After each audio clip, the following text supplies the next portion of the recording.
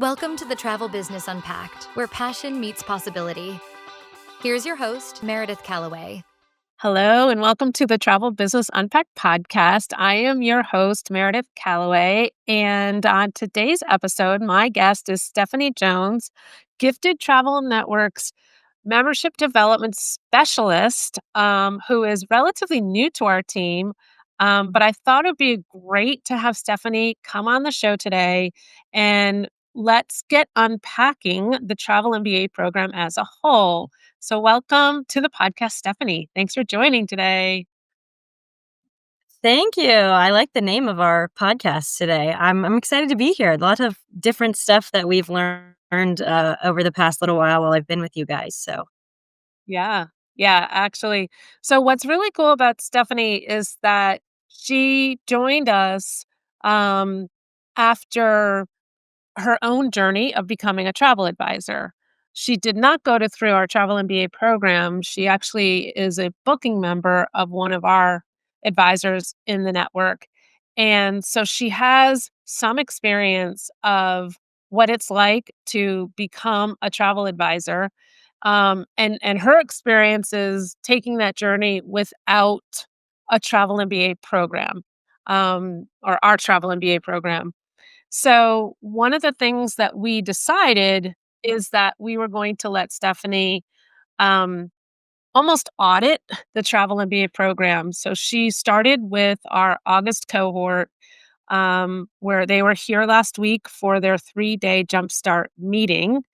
And Stephanie got to participate in the 3-day Jumpstart meeting.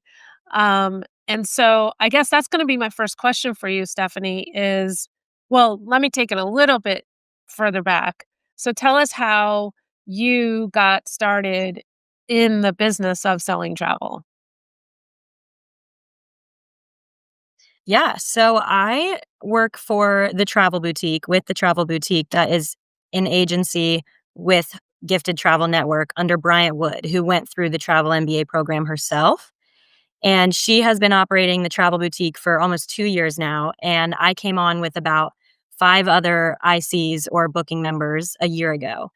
And I started actually as Brian's assistant for about 6 months. And she was just doing so well, booking so much, she needed to hand some things off. And I got to start with, emailing partners and working on those communications and then building itineraries, doing some research of my own. And I really loved the work. And she and I was hourly with her, and I was kind of like, I really would like some more to dive into it a little bit deeper. And she mentioned, she was like, I've been exploring bringing on booking members. How would you feel about becoming one and being like an actual travel designer with me? And so that was really exciting. So I joined with her last June and then have been working with the Travel Boutique this whole year. And then I can talk about how I became a part of GTN like internally as well. No, let's put a pause there because there's something that I really want to bring to the surface here and unpack because I think it's a really good distinction. What you're talking about is that, and I write about this in the book that's coming out, The 7-Figure Travel Entrepreneur, is that there are actually two unique paths when thinking about becoming a travel advisor. And the path that you're describing is one of them, becoming a booking member of an existing Right. agency. And then the other path is building your own business. And they are not for the same person. And we support both. That's why we have the Travel MBA program. That the Travel MBA program is for the person who wants to build a 7-figure travel business. They want to build their own brand. They want to maybe possibly build their own team, but they want to be the business owner as well as a travel seller. The booking member path that you just Mhm. described that you were on with Bryant um, is more for someone who really wants to sell travel, but doesn't what for many of reasons possibly, but doesn't wanna create their own brand, doesn't wanna be, the face of it in terms of the brand and, take on there's just a lot more responsibility with that path. So both paths Yeah, require absolutely. an absolute passion for travel. but one path is for Mhm. true entrepreneurial spirited, whereas the other path is for people who are really good at sales and love to sell, but they don't have as much of that entrepreneurial spirit. Um, and that's okay. We Mhm. need both people in this world. Yeah, And we want absolutely.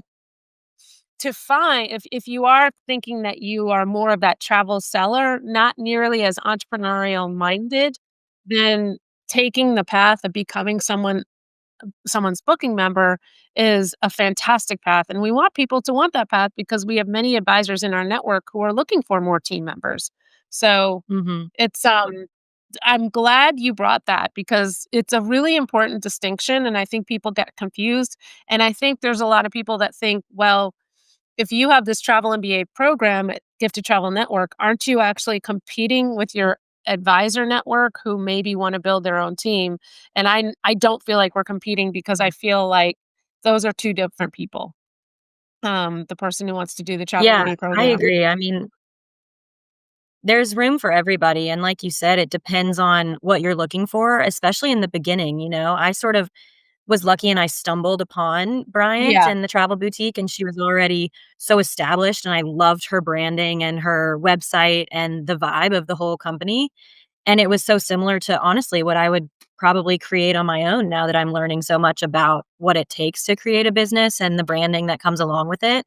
I feel like I fit very naturally into the travel boutiques vibe, and so it made sense for me. I was not in a place to just go and create my own business. That could maybe be something way far down the line, but, there's right. definitely room for both people in this industry and at GTN too. Yeah.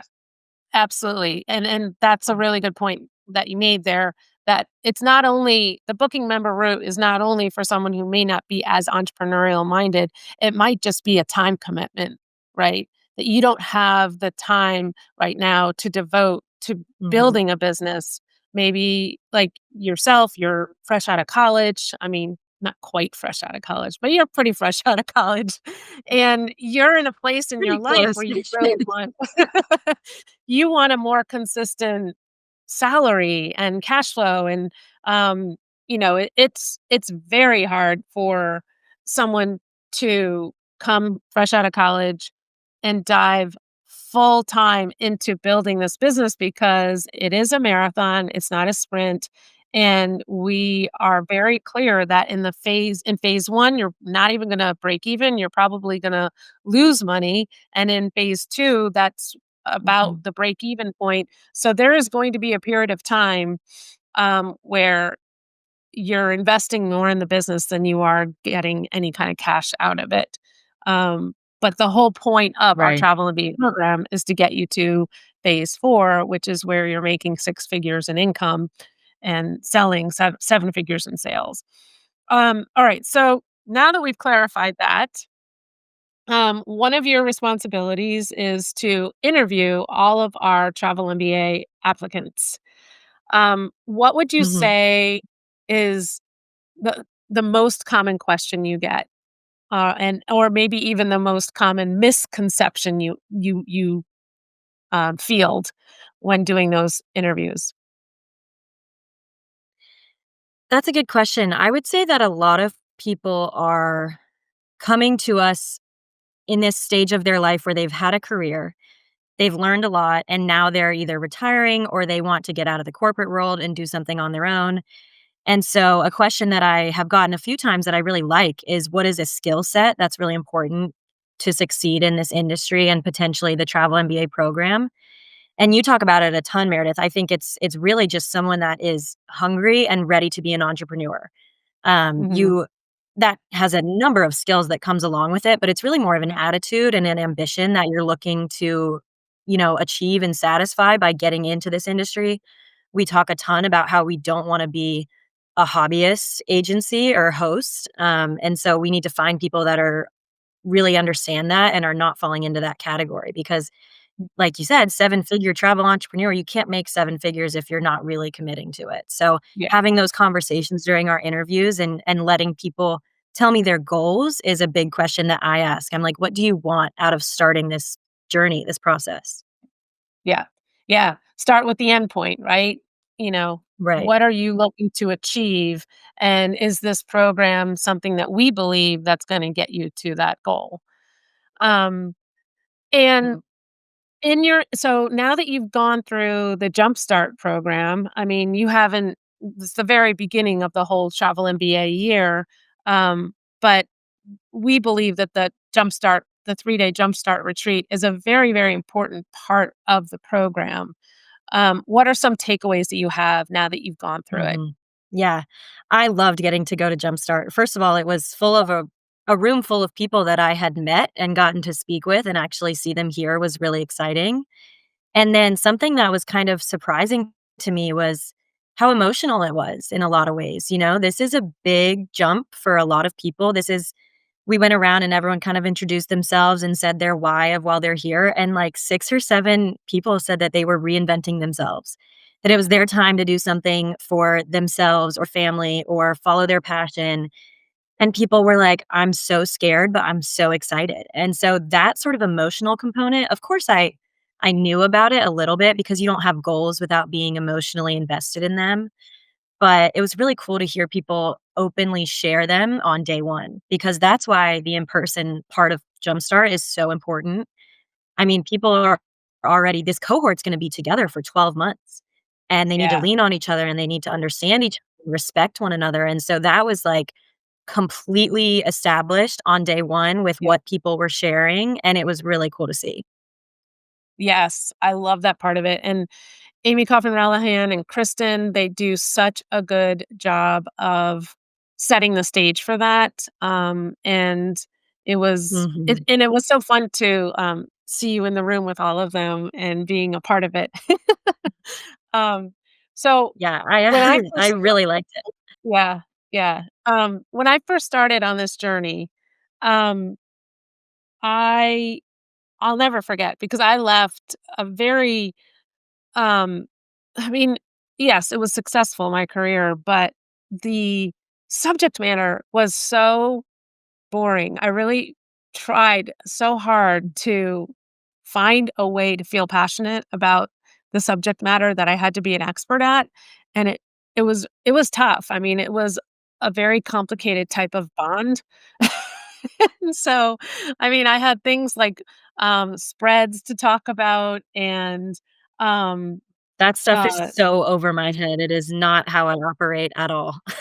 And I mean, one of my responsibilities was, like, if we had a new deal come to market, I would have to read the prospectus of the deal and understand it and then understand the competing products to it, and, it's so, um, esoteric, but also intangible what Mm, our subject matter.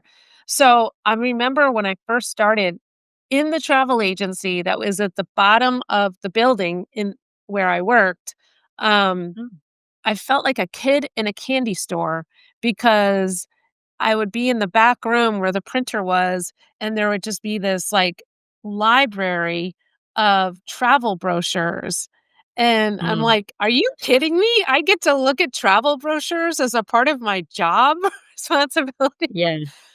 So, one of the things that I think is so fun about our 3-day jumpstart meeting is yes, we cover an enormous amount of content in those 3 days, but there's a fun field trip, which is, a trip down to Charlotte to do a site inspection of the Grand Bohemian and then dinner. Is that correct? Mhm.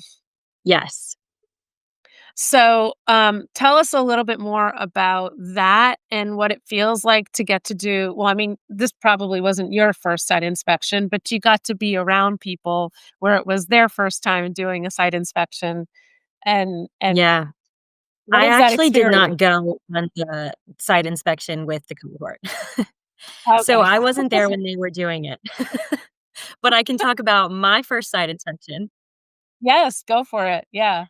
So, my first site inspection was, a little I was pretty lucky with the way we got to do it. I went with the travel boutique to Cabo for 4 or 5 days because Bryant was invited on her own fam trip with, I believe it was Grand Velas in Cabo, and she got to tour their properties. So we turned it into a whole trip. None of us had ever met each other because there are 5 of us were across, the country. So we got to meet each other and go tour 4 different properties, I think it was. And my favorite part of it was how personable the people who are leading you around are. Like, they were so kind. They answered every question we had. They took our picture. We took pictures with them. We had lunch together. They just really enjoyed meeting us because they were passionate about their property just like we were passionate about our business. And so it was really fun to just have people who really cared on both ends to speak about what they were doing. Yeah, And then, obviously we were in Cabo, so it was beautiful. And you ask all the questions about families versus couples right. versus water sports. You can't swim here, but you can there. And learning so, like, you truly learn so much by being somewhere. Pictures Mhm. can only do so much and show you the vibe to an extent. And so it helped me realize how important it is when you have the chance to actually go and see something to make it a priority. Yeah, I actually love that we stumbled on that. It is so important, and I want people who are considering this career path to know that when I talk about operating expenses, a big portion of your operating expenses should go into your own travel, because it really is Mhm. incredibly important to get out there and experience the products and the experiences that your clients are going to take part in, so that you can not just sell them, but also be a great educator on what and Mhm. understand what's going to be a good fit for certain clients and what won't be a good fit for certain clients. Um, Right. so And the I mean, I think relationships of the people. So, like, yes, if I go to Cabo, I would reach out to the woman, or if a client of mine is going, I would reach out to the woman that I had lunch with because I have a yes, relationship there, and that makes all the yep, difference. Because it really we talk does. about it a ton during Jumpstart. That's what this industry is people and relationships, 100%. So talk to that a little bit. What did you learn at Jumpstart? Or maybe not only learn, but further developed an understanding of when it comes to selling luxury travel. Yeah, we had a lot of different conversations about this for sure. The last portion you said, when it comes to selling luxury, we talked a lot about what luxury means to different people is completely different. So Hmm. you might have a client that really only about their excursion, their dining, I touch, and then you have one client needs to have their pillow there. You never know what luxury means. And so it was cool to hear, even just in the room, everyone thought of it differently. Yeah. But relationship wise, we had 3 partners come in during Jumpstart that sort of hosted our lunches, and we got to hear them speak on their properties and how they work with GTN and our advisors. And it was really cool to see everyone in the cohort be not blown away or blown away not only by what they offer and they didn't even know was out there or was possible, but just the relationship that we have with the partner in general. Like, these are people that we know and that we reach out to, and our partner development team works with them all the time. And so they got to see firsthand a glimpse into, like, the community that they've joined, not just with our advisors again, but, like, everyone that we get to touch at Yeah. GTN. The ecosystem. Totally. Yeah. Yeah. I love that you're going there because I've had this conversation with a lot of people lately, and I don't know why it keeps coming up, but maybe it's because, in my book, there's a whole chapter on or part of a chapter on leaning into luxury as the most logical way to get to 7 figures in sales. Um, there's certain things as a travel advisor, if you've decided to sell travel as a profession, there are some things that are under your control and there are some things that are not under your control. And one of the things that is not under your control is how much commission you make. There's a range of commission somewhere between 8 and 18% on any kind of travel product that we will get paid. That's going to be the grand majority of the revenue you generate if you sell travel. But it's if you're affiliated with a host, it's your host's job to negotiate higher commissions. If you don't affiliate with a host and you decide to go the independent route, good luck trying to Mhm. negotiate a higher commission than 10% with any partner, because you might have what it feels like a lot of sales with a partner, but it's just a small drop in the sea relative to the leverage Mhm. that, you know, a massive host can use with that same partner. So the one thing that we do have some control over is the transaction size, and it's the best way to what I call add leverage to the best business model of selling travel. So the Yeah, and I think that's a good thing to mention because a lot of people actually don't realize that. I think that they think, and this is true to an extent, I think they believe they only get access to these people and their email and that's it. But that's not the case. It's you know them and they know you, but like you said, there's sort of a buying power of being a part of a host that allows you to negotiate those higher numbers, and your host will do it on your behalf because they are a trusted source for your partner. So I think especially coming in from somebody who had never seen this side of the business, that is really not very well known to people who are new to the industry. Yeah.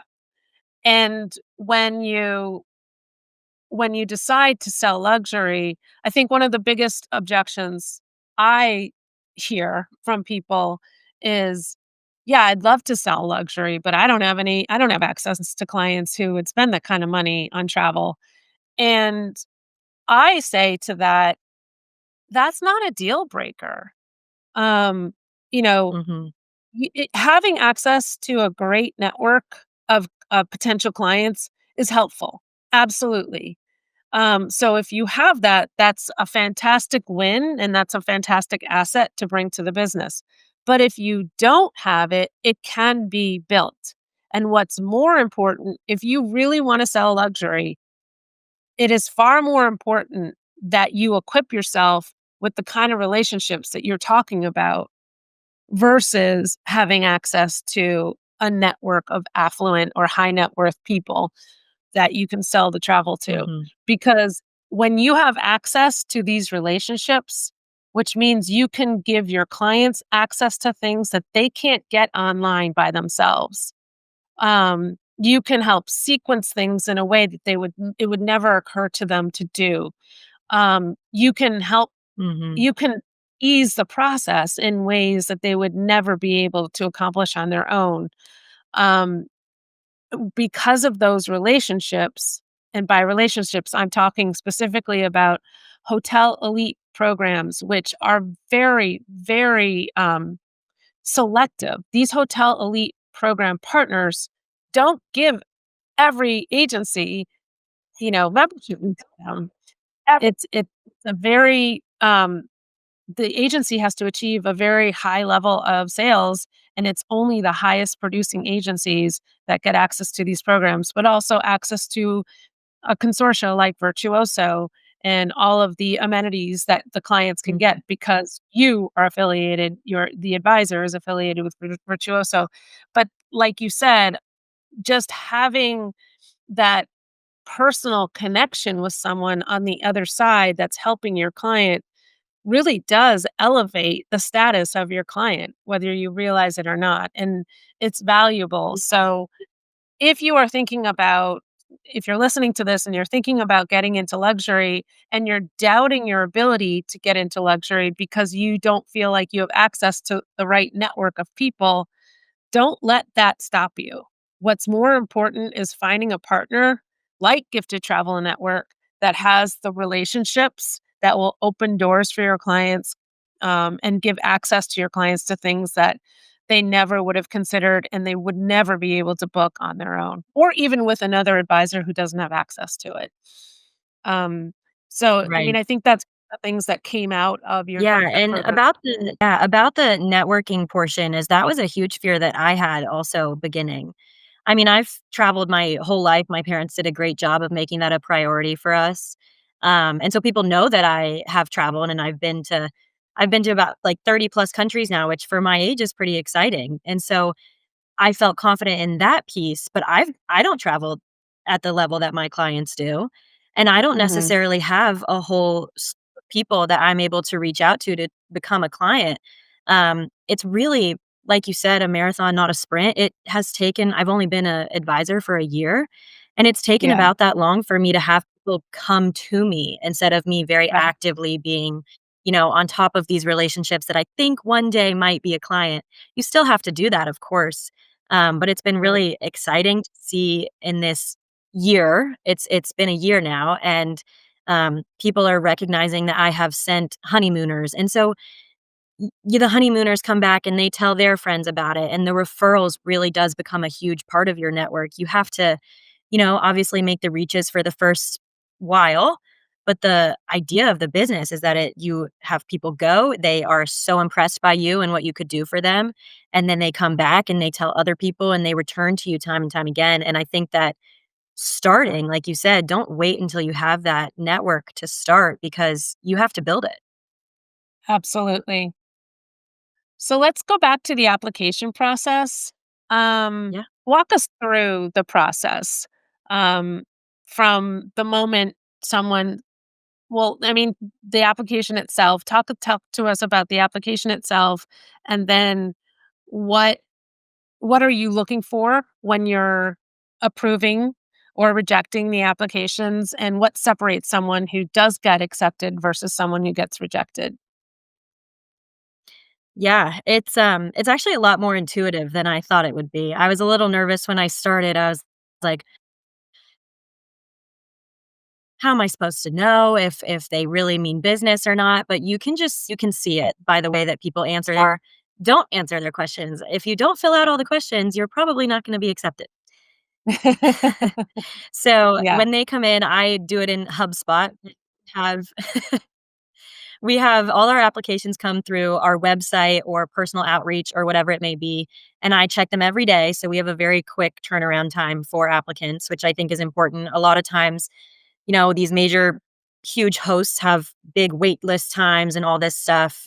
We don't do that. We want to make sure that if you're looking, you will be served. And so check them every day and you fall into two categories when you apply. You're either a new advisor or an expensive, and there's qualify as anyone under 200,000 in sales up to this point of the year, so annually.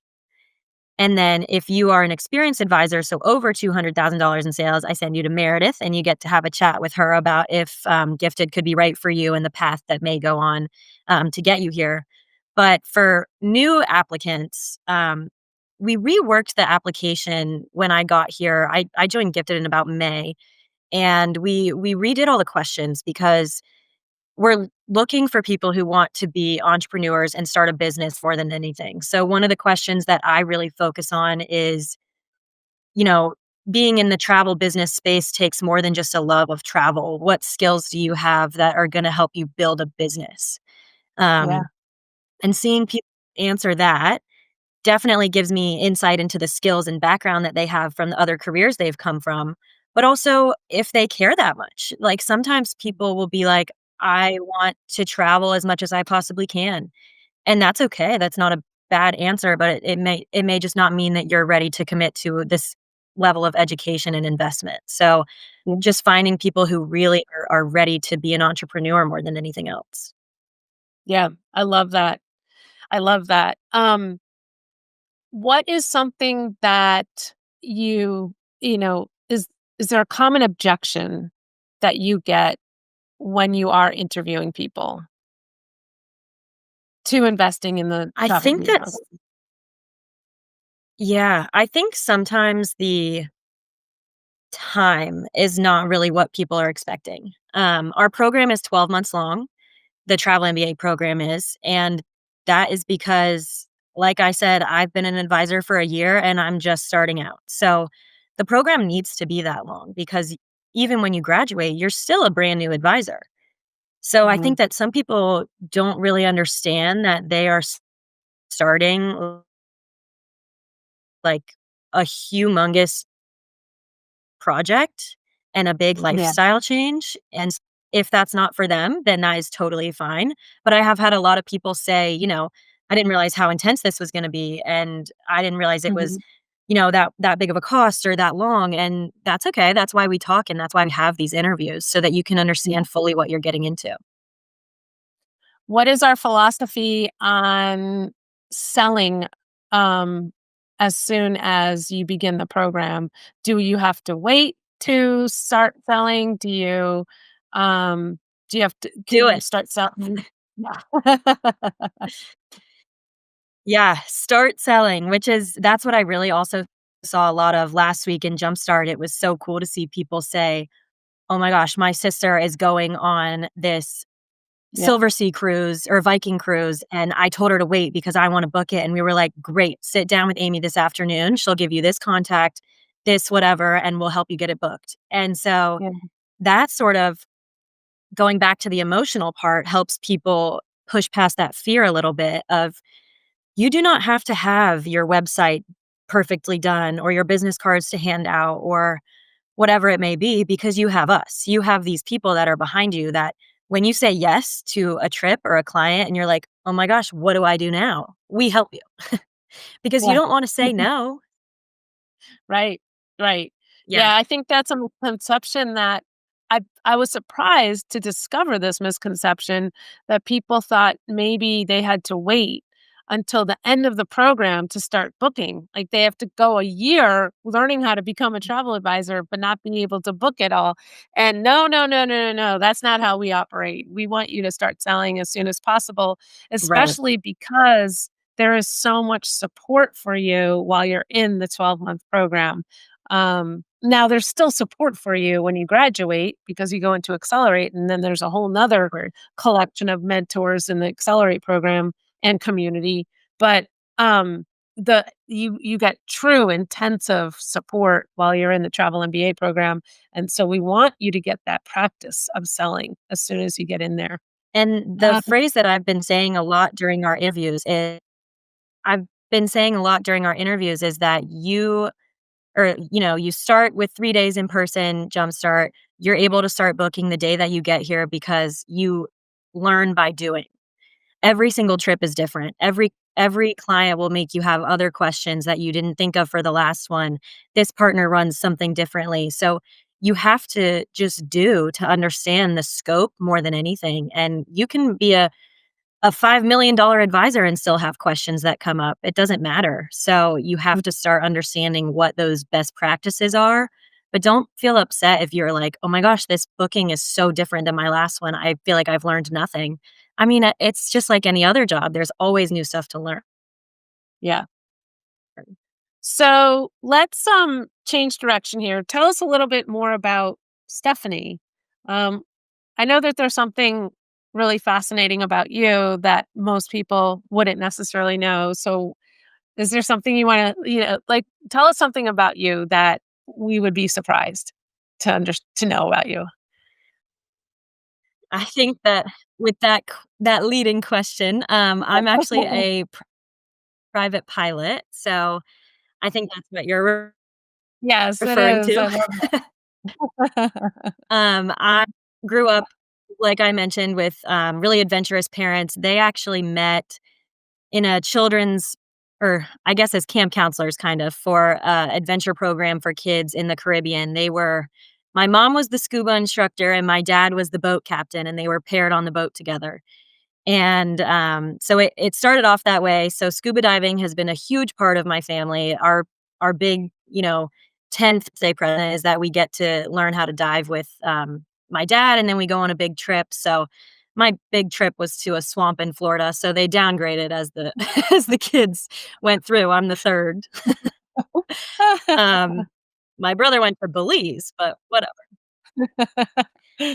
So then my dad is also a pilot. He has worked in private aviation for a long time, and so I grew up around planes. And one day we were flying somewhere, and I was like, "This is actually really interesting. I would learn some more about this." And he was like, "So I've looked up some instructors in our area," and we began lessons. And so it was 2021. I spent my summer getting my private pilot's license. And so I honestly haven't used it. I'm not looking to do a career in it, but it was by far one of the most challenging things I've done. And I learned more about myself than anything. And so one day I hoped to get back into it and be able to fly my family somewhere or whatever it may be.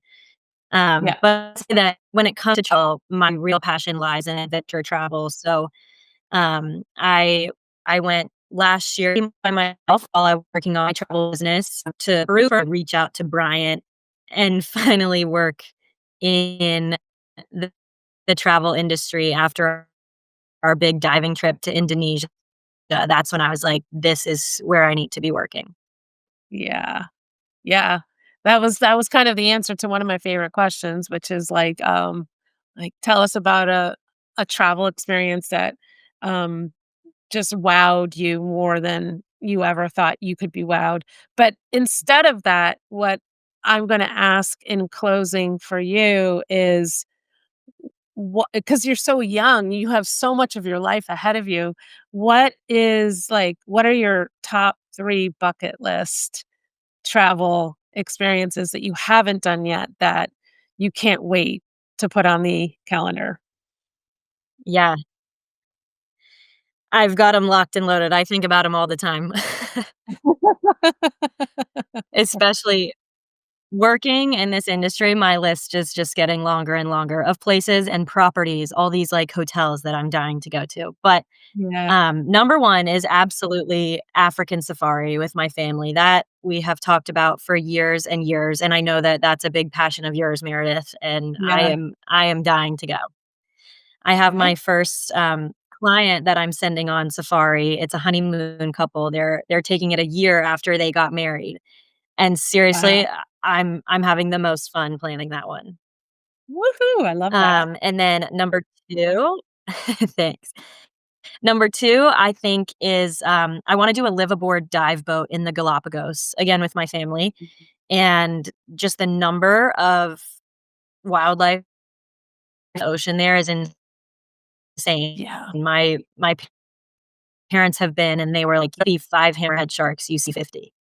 So, that would be amazing. Um, and then final, I think I would wanna do just with some girlfriends, a young adventurous, not too planned trip to Vietnam and do the loop Ooh, and eat the food and ride on the back of a little. I love that. I really love that. I wanna get to Vietnam too. I haven't been to Southeast Asia at all, so, um, yeah, so I might need to spend quite a few months in Southeast Asia to hit all the different destinations I wanna see out there.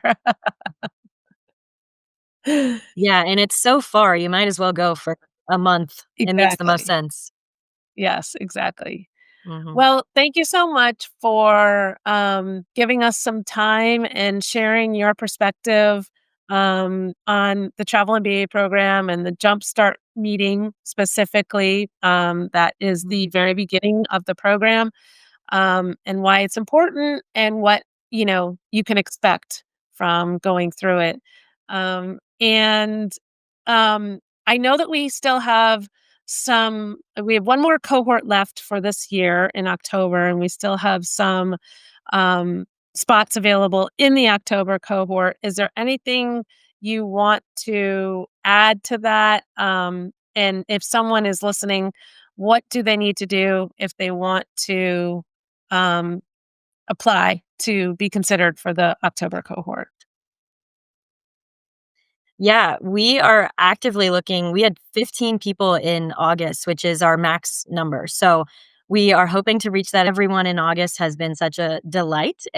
And Yeah. so if you want to apply just in general, whether October works for you or not, um, apply on our website. We have a big apply here button. Apply. And then if you, in one of the questions or the last little, your business goals, if you just mentioned you heard past, I would love to hear that and can speak to you.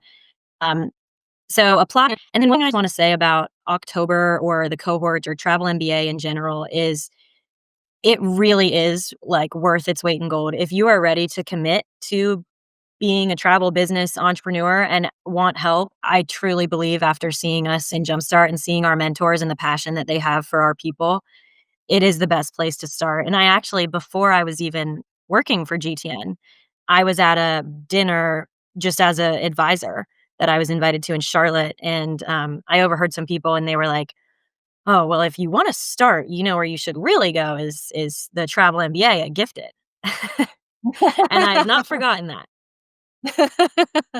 And you wholeheartedly endorse that comment, right? All right. Well, thank you, Yeah. Stephanie. This has been Now, really if I heard fun. that, I would be like, "Oh, like here's some more."